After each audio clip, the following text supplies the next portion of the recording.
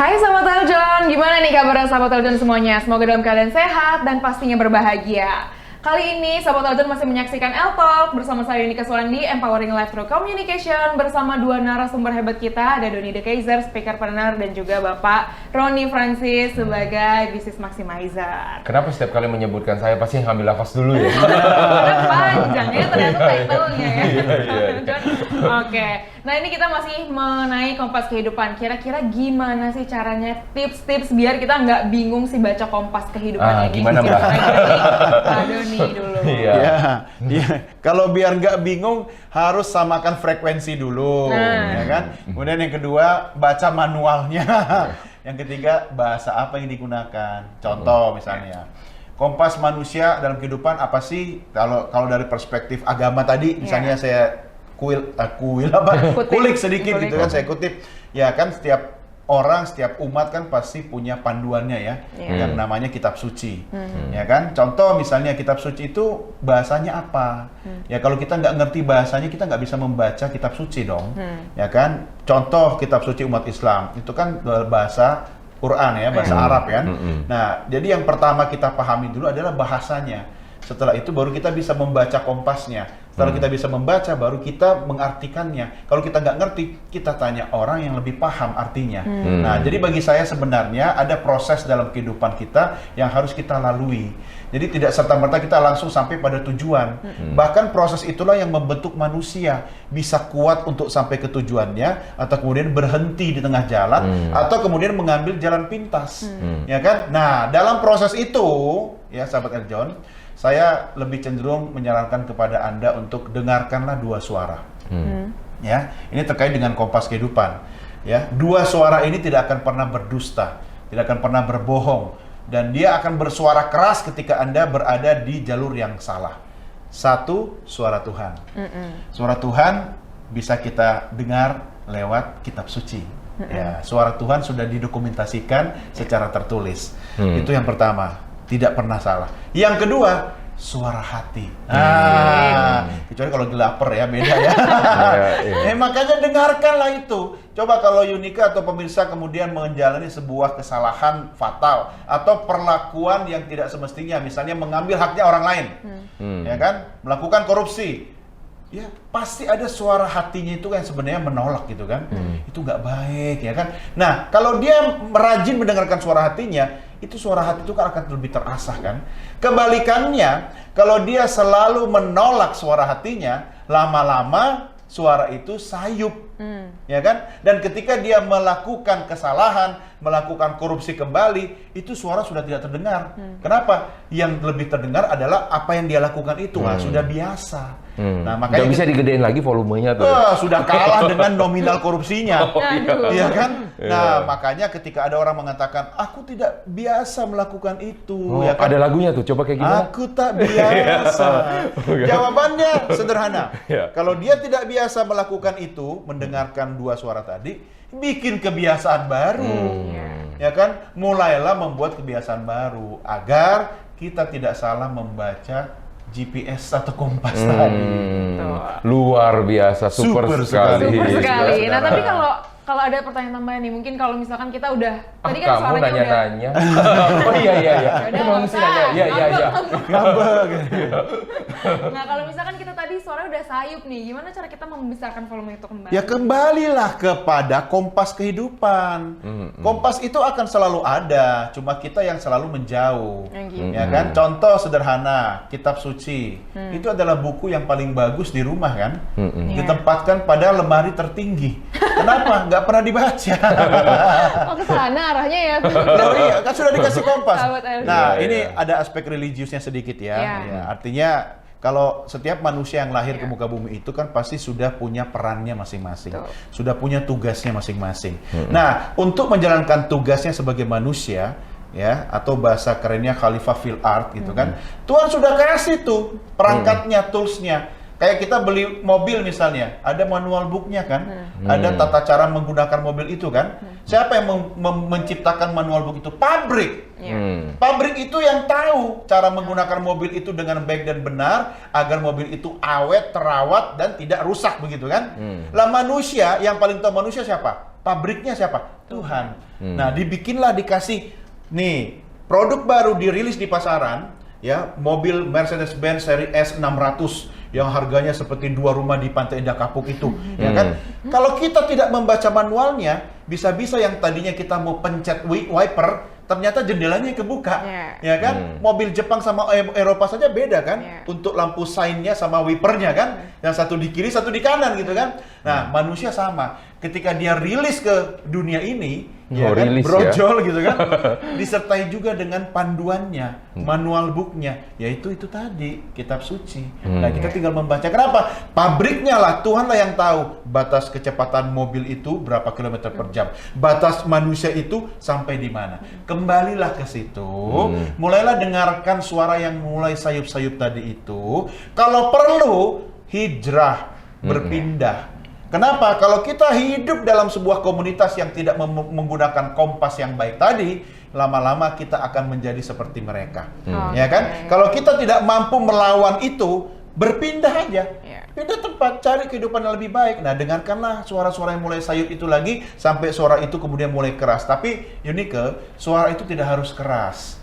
Ya, karena kalau ada suara yang keras, ada 2 orang yang duduk bersebelahan, tapi saling berbantah-bantahan, saling berteriak. Itu masalahnya apa? Karena hatinya jauh. Ya, tapi kalau orang itu berjauhan tempat, hatinya dekat, terasa dekat kan? Luar biasa. Itu dia. Kenapa Yunike itu bisa sampai speechless? Dia lagi membayangkan habis ini muncul ayat. Iya. Iya. Jadi kalau misalnya dari saya sendiri 2 suara kan tadi kamu yang nggak keras, sendiri, ya. kita bertiga. Iya. Jadi Dari bukan dari saya sendiri. Saya aslinya 3 orang. Iya. Nah, kalau dari pendapat saya, jadi saya rubah tuh ya. Jadi suara keras itu ada 2 bagi saya, suara ambulans sama suara sirine polisi ya. Suara telolet bus juga. Oh iya, benar juga. Itu kan. Tapi jarang-jarang ya. Jadi jangan sampai 2 suara keras itu berada di dalam telinga saya ya. Berarti itu bermasalah. Nah, tapi kalau misalnya kita bercerita tentang namanya pedoman, namanya kehidupan ya. Jadi kalau misalnya kita kan pedomannya kemana? Kepada Tuhannya kita kan, tergantung dari apa keyakinan kita. Kamu jadi religius banget ya, ya kan? Tapi nggak bisa dipungkiri juga sih, karena emang ya kita balik lagi di budaya Indonesia yang negara berketuhanan juga. Jadi ini kita tadi setuju sih ya, udah balik lagi aja ke pencipta. Tapi jangan lupa, Tuhan itu satu, kita yang banyak. Kan seperti kata Marcel kan? Iya, Tuhan itu beda. Satu, kita yang beda gitu loh. Oke, mungkin kasih kan nih. Kalau Tuhan mau dia ciptakan kita semua sama. Iya. Tapi kenapa Tuhan kita berbeda-beda? Iya, bahkan setiap orang itu ada serial numbernya. Iya, agar kita berpikir. Makanya manusia itu diberikan akal pikiran. Gunakan itu juga sebagai tools untuk melihat kompas. Iya. Nah, silakan Pak, ya, lanjutkan. Jadi kita udah sampai di mana? Sampai di Tuhan. Jadi kalau misalnya kita balik lagi, kalau kita bercerita tentang namanya pedoman, balik lagi kan kita harus baliknya ke Tuhannya lagi kan. Siapa? Bahkan sampai ada beberapa orang yang istilahnya bertobat balik lagi karena kenapa? Ditanya siapa Tuhanmu kan. Jadi kalau misalnya ini, jadi kita cerita agak sedikit ngeri ya. Jadi kalau misalnya Anda, misalnya di luar sana, sahabat Eljon, ya kalau misalnya Anda bercerita bagaimana supaya saya tetap tips-tipsnya berpegang pada pedoman kehidupannya. Pertanyaannya adalah di mana Anda meyakini Tuhanmu siapa. Tapi kalau misalnya Anda mulai ngeyel lagi ditanya, kok di negara-negara ada orang yang ateis tapi dia hidupnya baik-baik saja, ya kan? Tuhannya siapa? Diri dia sendiri, mana tahu, ya kan? Tetapi kadang-kadang begini loh, jangan sampai kita selalu berpikir tujuan kita beragama tuh buat apa sih? Supaya kita menjadi jauh lebih baik kan? Apabila kita tidak tetap berpikir bahwa kita itu bisa lebih baik tanpa harus ada kepercayaan kepada namanya Tuhan, ya, kadang-kadang ya itu yang membuat kita bisa miring kiri, miring kanan karena kita tidak punya namanya pegangan. Maka jangan salah loh, walaupun di kehidupan negara tertentu yang ternyata katanya tidak beragama, ya kesannya mungkin baik-baik saja, tetapi secara pribadinya belum tentu dia baik. Ya kan, bisa jadi dia terjerumus dalam namanya masalah, obat-obatan atau apapun juga, karena dia tidak bingung ketika dia menghadapi masalah, saya harus cerita kepada siapa, ya kan? Jadi tapi jangan sampai yang kedua, jangan sampai karena mentang-mentang Anda punya namanya tempat kelimpahan, ya, Anda curhat ke sana jadi kayak tempat ember gitu kan, ya. Mau cerita mulu aja, tapi mau dilakukan entar dulu, ya kan, nantilah, tunggu. Kadang-kadang orang bilang, kapan mau tobatnya? Nantilah ya, kalau sudah tua. Kalau udah tua menjelang Iya, kalau nyampe tua. Iya, kalau lu tahu, kalau masalahnya lu nggak tahu, tiba-tiba shoot hilangnya gimana?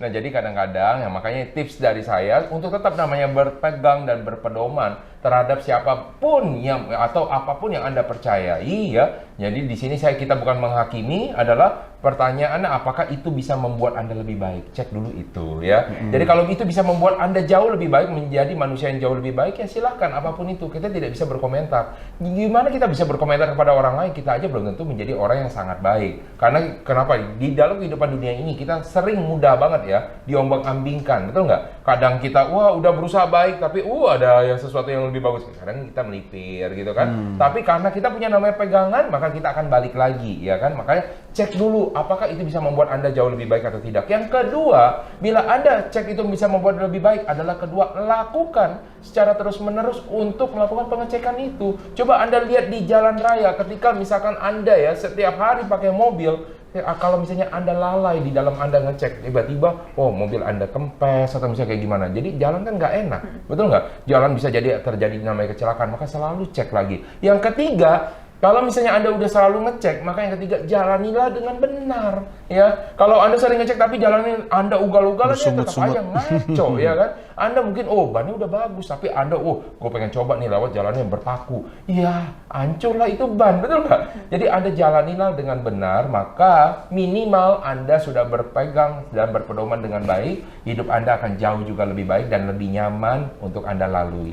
Seperti itu. Amin. Amin. Luar biasa. Sahabat Ajon, udah banyak sekali itu dia tips-tips dari dua narasumber hebat kita mengenai kompas kehidupan. Tadi dari take notes ya, udah banyak catatannya, jangan sampai. Mari kita suruh si Yunika ulang kembali. Nah intinya, ambil kitab suci itu yang ada di atas lemari, yang di paling atas, dilap dulu debunya kali ya, kalau udah berdebu ya. Atau dibaca. Unduh platform digitalnya. Iya, pasti aku yakin sih pasti rata-rata sekarang digital ya. udah dipakai digital. Cuma saya ada satu yang nggak setuju sama Bro Doni, dibilang Apa kata tuh? kitab suci, katanya ada banyak bahasanya. Kitab suci sebanyak gue lihat di namanya KBBI itu bahasa Indonesia kok. Kitab suci. Oh iya benar. Kitab suci cuma satu bahasa. Iya. Tapi yang namanya Injil atau Bible, itu bisa banyak. Al-Quran, ya Bisa kan? juga.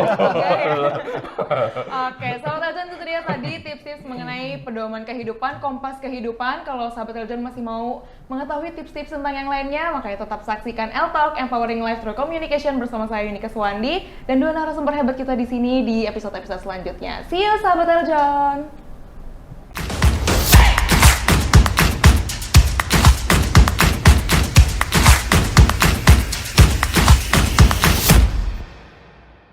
Hai sahabat Eljon yang ada di rumah, perkenalkan saya Desi Rahel Syagian, Putri Bumi Indonesia Udara 2023. Gimana, udah nonton videonya belum? Jangan lupa di like, share, dan subscribe video ini ya. Sampai ketemu!